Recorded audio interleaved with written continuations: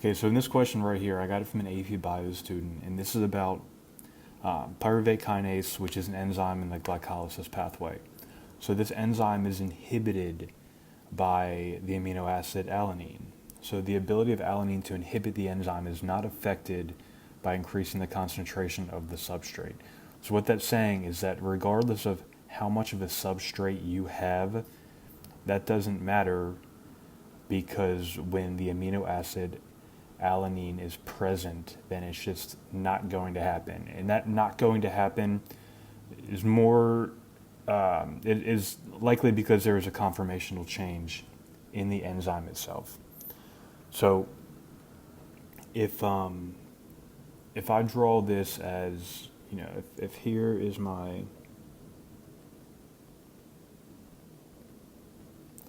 enzyme,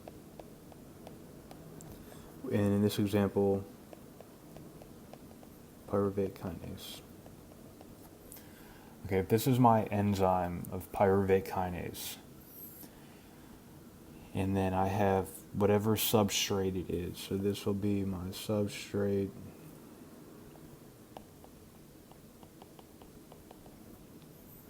Okay, usually there would be a perfect fit between these two. So this would come into here. There'd be a perfect fit, and whatever the end product was, that would happen.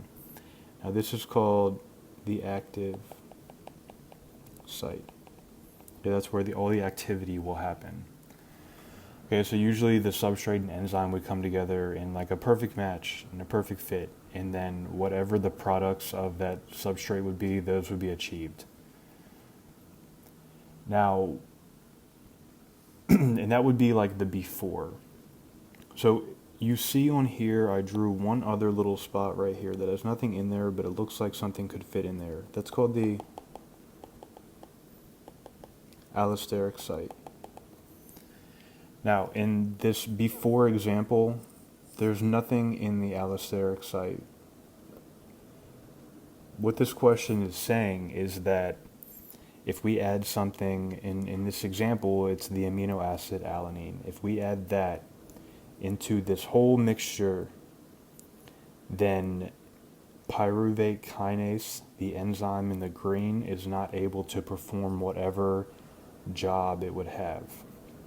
Okay, so what that would look like after, try to draw the same thing.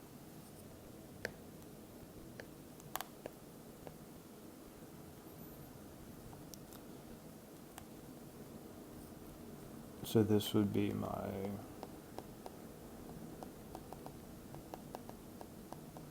pyruvate kinase, my substrate,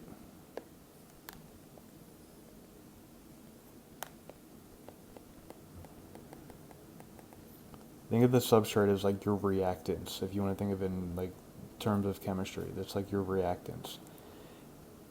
And now what's going to be different is that I'm just going to draw it as a box right here. And we'll say that this is our alanine. So this binds to the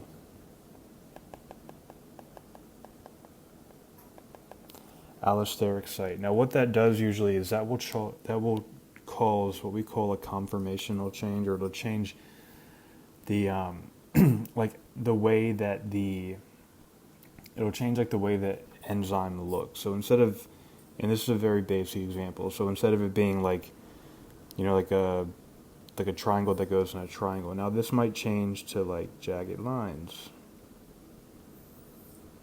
Now you can see the issue that will cause, because now it won't be a perfect match into this active site. So now the substrate won't be able to enter the enzyme, and the products won't be achieved like that.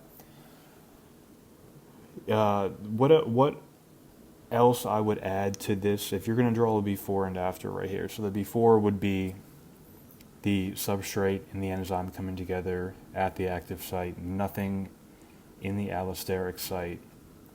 And then if you wanted to draw like a second part of this before picture right here, you could draw the substrate being split into two different products, or however you wanted to draw it.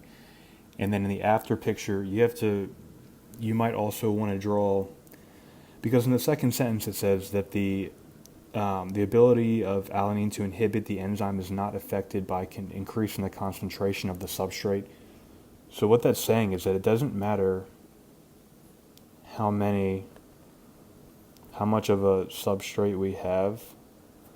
It doesn't matter how much we have, because what happens is the active site will change. And think of it as like a changing of a shape, so it doesn't fit anymore. Okay, and the last part, because alanine binds to the allosteric site of the enzyme, changing the shape of the enzyme's active site. Okay, so these are like your before and after pictures. Now, what this is called, ALL,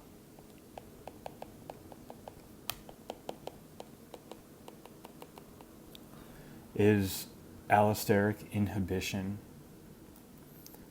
So it's not allowing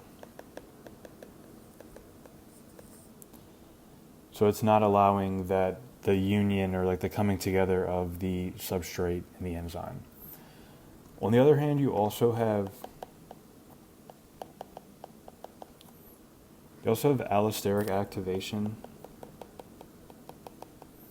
which, think of it as like the opposite of inhibition. So you are adding something to the allosteric site that makes it more likely, and the reaction rate will be higher if something is present in the allosteric site. So you have those two different things. You have allosteric inhibition, what this picture is right here, and then you have allosteric activation.